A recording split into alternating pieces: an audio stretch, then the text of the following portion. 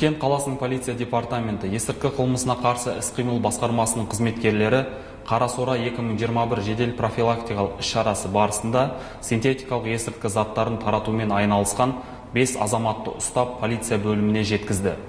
Күдіктілер жалға пәтер алып, онда есірткі заттарын алдын ала бөлшектеу арқылы сатуға даярлап, түнгі уақытта қала аумағындағы жасырын орындарға тығып жүрген.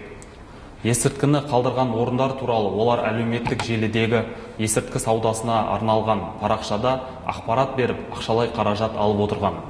Аталған тұлғаларды полиция қызметкерлері кезекті есірткі заттарын тығуға шыққан уақытында құрықтады. Олардың бірінің қалтасынан 6 дана скотчқа оралған есірткі заттары табылды. Қосымша тұрғылықты мекенжайы бойынша тексеру барысында есірткі заттарын бөлшектеуге қажетті бұйымдар мен басқа да есірткі заттары анықталды. Оған қоса күдіктілер тығып үлгерген орындардан полиэтиленді сым қабықшаларына оралған бірнеше есірткі заттары алынды.